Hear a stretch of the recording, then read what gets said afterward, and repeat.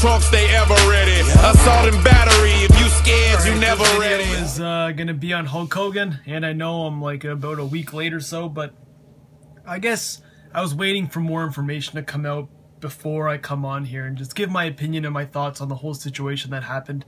And to be honest, I didn't even find out until it was about Friday, where it was WWE just took everything off of Hulk Hogan, and even though the news kind of broke on, I think it was like late Thursday or Wednesday, I had absolutely no idea. I was off Twitter, and then all of a sudden I just get a reply to my tweet that I sent 2 days earlier about Tough Enough not being uploaded on WWE's website. And you know, Hulk Hogan was one of the judges on that show, and I guess the first thing they did was, it was just after Patrick got eliminated, and I usually just watch it the day after it was uploaded, and it wasn't there, and I was kind of, you know, it was kind of weird because they had the first episode, and after that they just have nothing. So I don't know what happened. I was just thinking that, you know, maybe they don't want to upload the full shows on their thing anymore, which is understandable. I ended up watching it either way. But then the news broke that Hulk Hogan had said some incredibly offensive things, and WWE had cut all ties with him and pretty much Chris Benoit him. You know, there's no mention of him anywhere on his site. It's almost like they've just took Hulkamania and just hit the delete button on it. There was no... Hulk Hogan has never existed in the WWE universe. So, to me, it's kind of hard to kind of just isolate a guy and just kind of make it as if he never even... as if he wasn't even there. Hogan has been a guy who kind of... he's the reason the WWE is what it is today, at least a major part of it.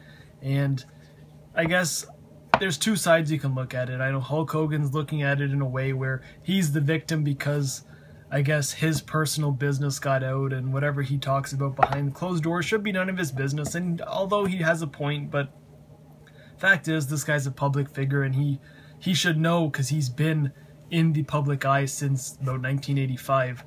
So him being smartened up to the fact where you can't say certain things to certain people because you never know really who's watching or what's going on, especially in 2000. I guess this video is from 2012, maybe 2013. You can't just go off saying things like that because it gets around. Word gets around very quick, and I think if you guys are in school, you know, high school is the perfect example. You say something to someone, it'll find its way to that person. You can't really trust anybody. And Hogan, I guess, is now kind of going on record and saying that it was a mistake, it was this, it was that. And to me, a lot of people kind of thought, you know, asking me what I think of it because I am a visible minority. And I guess it's almost like a generalization where if he's talking about him, what are his thoughts on the Asians, the Browns, the this, the that? And to me, I guess, not saying I've been racially abused over the years, but, you know, I've had my fair share of problems, but I didn't take it as harsh as other people because I know from watching and listening and everything of Hulk Hogan over the past few years, coming back to the WWE, quote-unquote, coming home and leaving TNA, it was almost like a rebirth of Hulk Hogan. It was like a fresh slate. It was a guy who had been through so much in his past, from his divorce to that sex tape to TNA, and just going from nothing to going back to where he was always just looked at as the icon, the immortal one.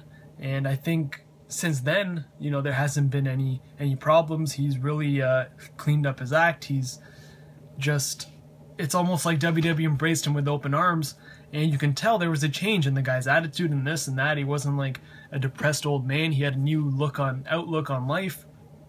And then this happened. So obviously he had made a lot of mistakes in the past few years.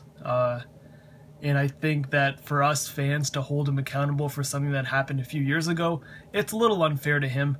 But on the other hand, for a guy to be that just hateful and that cruel to the black community, and for it to get out, it's sad. It's hard to see because, to me, I feel more bad for those fans who grew up as Hulkamaniacs, that black community, that little kid who, you know, idolized Hulk Hogan growing up, and seeing that his hero is saying very derogatory things about his colored people. That's who I feel bad for. And the more I think the story goes on, the more you realize that Hulk Hogan is kind of in his own mindset. He has his own opinions on it, because there was one tweet that he unfortunately retweeted that had to do with Barack Obama, and someone tweeted, Barack gets praised for using the N-word in an interview, but Hulk Hogan gets losing his job. Hogan retweeted this, and the fact is, Hogan was dumb to do that, because the way Barack Obama put his use of that word was in totally different context of Hulk Hogan, and I think Hogan's just looking for any ounce of leverage that he can have towards this issue, and unfortunately there's not that much leverage, because you said it got out, and now it's like you're looked at as just a bad man again.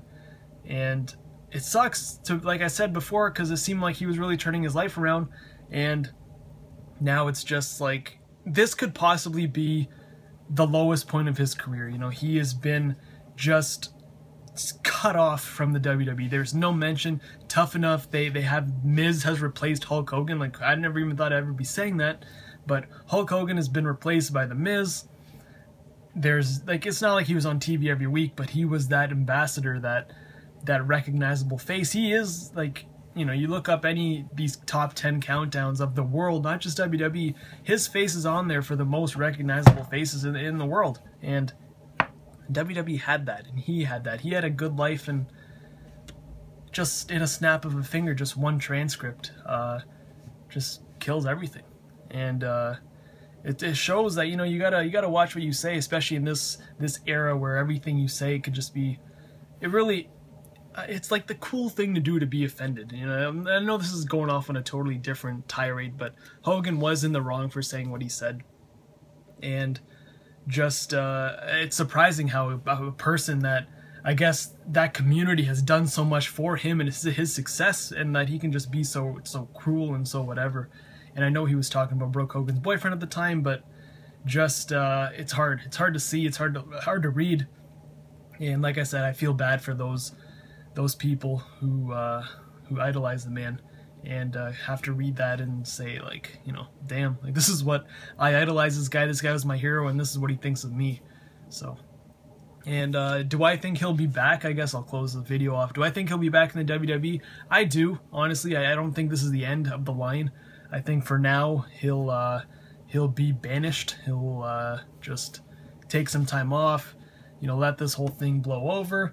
And it'll take a while, but I think, like the WWE say, you never say never in the WWE, he'll be back. I think it's Hulk Hogan. You can't, I know you can move forward with him, but you can move forward a lot more effectively with him there. And I know all you have to do, hey, Vince McMahon loves that mainstream attention, put him on the network. Hey, there's your network plug. Buy the network to see Hulk Hogan's public apology for what he said. Put Hogan there in Connecticut on a stand with WWE's logo, WWE Network, $9.99. Brother, you know, this, that, I'm sorry, I shouldn't have said this, that. Done. That's all it takes, is just a public apology, really, in this day and age. Just tell a guy, tweet it out, hey, I'm sorry for doing this and that, but that's what I'd do if I was Vince.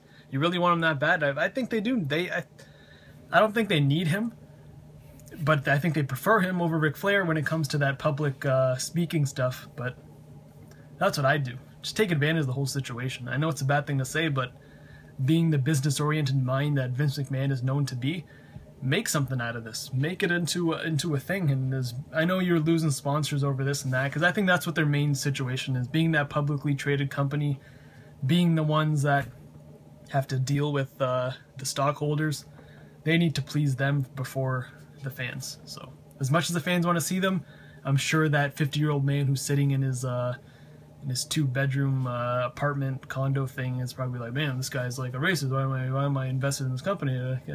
Stuff like that. So that's all. I'll see you guys in the next video.